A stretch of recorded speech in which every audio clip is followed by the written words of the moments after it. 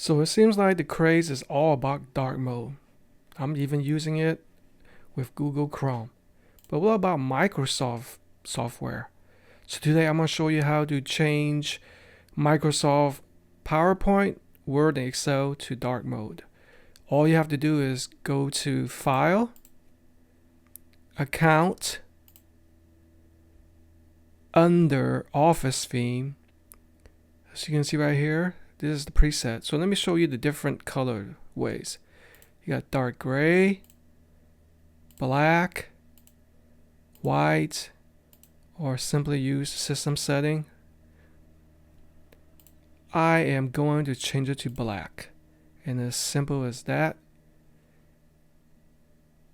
you can close it out.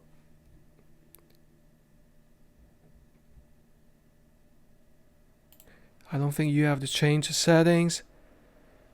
So the next time when you start up PowerPoint again, oh, it looks like it does it. I was going to change it on each software. I'm surprised. It also did it to Excel. And what about Word? Also Word. Interesting. I thought I had to go into individual. So it's all associated to one single Microsoft account. That's good to know.